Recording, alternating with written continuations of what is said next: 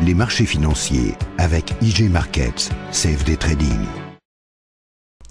Bonjour, c'est Gilles du site boursicoté.com. Voici l'analyse technique des principales paires de devises du marché Forex ainsi que l'analyse de l'or et du pétrole pour les matières premières. Nous sommes aujourd'hui le mercredi 19 septembre 2012 et donc sur l'euro-dollar, nous constatons une poursuite finalement de la consolidation. Hier on attendait un possible rebond aussi sur la moyenne mobile 20 exponentielle. Bon, on est venu ici tester la bande de Bollinger et comme je m'y attendais quand même un petit peu, on est revenu ici sur cette zone des 1,30, zone des 1,30 qui était ici une résistance, une résistance mineure, mais qui finalement vient faire ici le contact avec une petite recrudescence de hausse ici, qui pourrait nous annoncer un possible pullback de cette zone, donc avec cette résistance qui pourrait devenir support. C'est en tout cas la direction que prennent les indicateurs, puisque malgré un RSI relativement neutre, on a un stochastique qui était survendu qui commence à relever la tête et qui commence à s'orienter à la hausse. On attend une sortie assez claire de la zone de survente, et puis ce MACD qui, malgré ses hésitations, est en train lui aussi de s'orienter plutôt à la hausse. Donc du point de vue de la tendance moyen court terme, ici on pourra avoir un rebond qui pourrait nous donner une reprise de phase haussière qui pourrait nous emmener tester ici ce précédent point haut qui se trouvait à 1,3169. Donc là le mouvement techniquement est très propre, puisque vous voyez qu'on a ici des points hauts qui sont cassés. On revient sur ces points hauts pour les retester comme support et donc comme point bas. Vous voyez cette zone ici, qui n'a pas été retestée. On a retesté ici une nouvelle zone à 1,30. Vous voyez que la résistance a eu lieu ici, et puis c'est un seuil psychologique. On a cassé cette zone et là on revient la tester. Donc on est toujours dans cette continuité de phase haussière, même si celle-là, cette consolidation dure un peu plus, mais le mouvement semble pérenne pour l'instant, pas de réelle invalidation, et on pourrait bien reprendre ici une dynamique haussière. Alors on parlera de dynamique haussière sur une cassure des 1,31, puisqu'il faudrait vraiment casser cette zone ici des 1,3090 pour vraiment se placer dans une phase haussière et ne pas être dans une continuité de consolidation comme celle dans laquelle nous sommes depuis maintenant quelques jours. Au niveau du câble, donc paire livre sterling contre dollar américain, nous avons une cassure ici de cette zone base. Donc on est venu ici casser la zone des 1,6213, c'était une zone qui était majeure, relativement importante, et donc on est en train de l'attaquer et puis on est en train de repasser au-dessus. Donc au niveau des indicateurs, on est plutôt encore une fois sur une évolution baissière. Vous voyez même le MACD, malgré une petite hésitation ici, continue à descendre. Donc pour l'instant on n'est pas réellement sorti. Donc là on est suite à une phase de hausse ici, on est dans une phase d'oscillation qui nous donne une consolidation horizontale, mais il n'y a pas de réel mouvement de cassure. Vous voyez qu'on avait ici la zone qui correspond quasiment à la zone technique des 1,30 sur l'euro-dollar, qui là aussi a fait presque office d'overlap, puisqu'on a cette zone ici de résistance qui quasiment s'est imposée comme support. Donc pour l'instant on est dans quasiment la même configuration, on a très peu de volatilité, on est dans une zone d'attente, mais on est pour donner une image, on serait plutôt en train de tendre l'arc pour envoyer une flèche haussière que baissière. Vous voyez là on est dans une tendance haussière, on consolide, on prend un petit peu, on vient un petit peu sur le bas, mais on voit ici que dès qu'on s'écarte un petit peu, dès qu'on marque des phases d'exagération, hop, on réintègre tout de suite.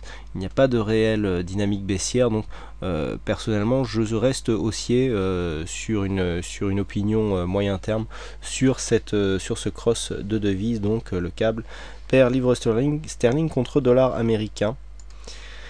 Et donc le dollar américain qui s'affaiblit face au yen, par contre, puisque alors nous avions cette sortie ici dynamique qui s'était fait hier dans une phase plutôt horizontale. Donc je disais qu'il n'y avait pas de consolidation, on avait tracé un Fibo qui nous avait montré qu'on n'avait pas dépassé 23,6, et donc j'ai bien fait de dire qu'il n'y avait pas de consolidation puisqu'on continue à monter.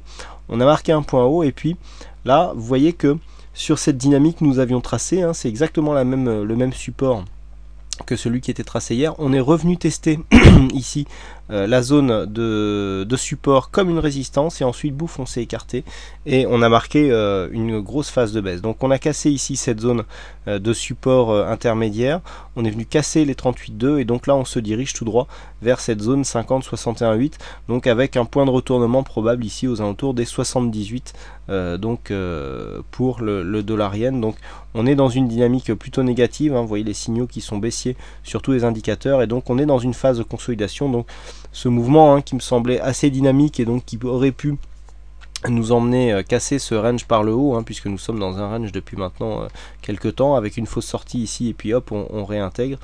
Quoi qu'il en soit, nous avons cassé ici ce précédent point haut intermédiaire des 79, puisque nous avons marqué 79,22, mais pour l'instant, nous sommes dans une phase de consolidation, avec donc un retournement attendu pour pérenniser ce mouvement entre ici 77,9 et 78,17. On continue avec l'or, donc l'or qui se place dans une continuité haussière, hein, puisqu'on avait ici une phase de consolidation, donc on était revenu chercher ici un support des 1752,70. Alors on est remonté légèrement hier, et puis hop, on a cassé ici le précédent point haut significatif, mais pas de beaucoup. Et on commence déjà à affaiblir. Donc là, on est déjà dans une phase, vous voyez, on alterne hein, l'or depuis maintenant quelques temps. On alterne ici depuis la première dynamique ici haussière hein, qui a déclenché le fond de mouvement. On a hop une dynamique, et ensuite on a une phase de consolidation horizontale. Et puis ensuite hop, on a une grosse dynamique, et puis on consolide.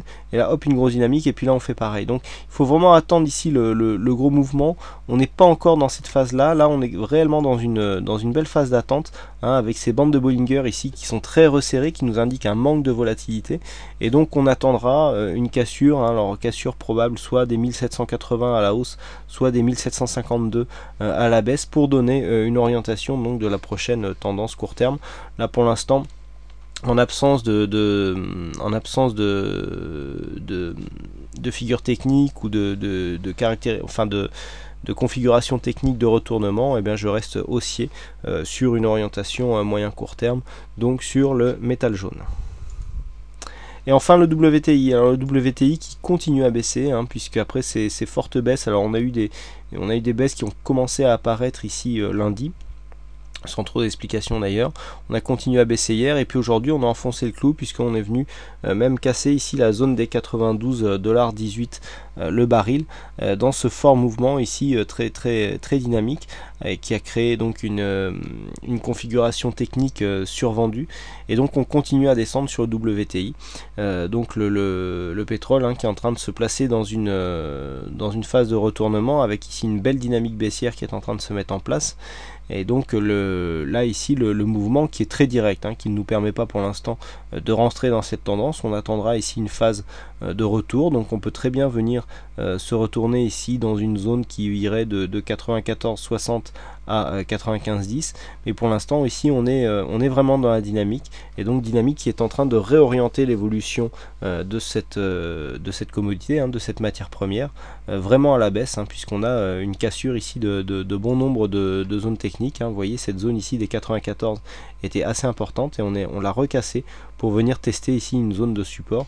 Alors là la bougie n'est pas clôturée, donc on ne peut pas encore parler de cassure, mais donc proche des 92$ le baril. On était quand même il y a en fin de semaine, on a fait un contact ici avec les 100$ le baril, et puis aujourd'hui vous voyez on se retrouve à 91, voilà, puis là ça descend d'un seul coup, hein, 91, on perd 20 centimes le temps que je fasse mon analyse. On est vraiment dans en pleine dynamique, avec 8% de perte en 3 séances hein, sur ce WTI. Donc bon, une forte baisse hein, qui est en train de se passer là sur le brut léger américain. Voilà ce que l'on peut dire donc sur ces analyses techniques Forex et matières premières. Il ne me reste plus qu'à vous souhaiter à toutes et à tous une bonne soirée, bonne chance dans votre aide, et je vous donne rendez-vous dès demain pour d'autres analyses techniques en vidéo. Bonsoir à tous.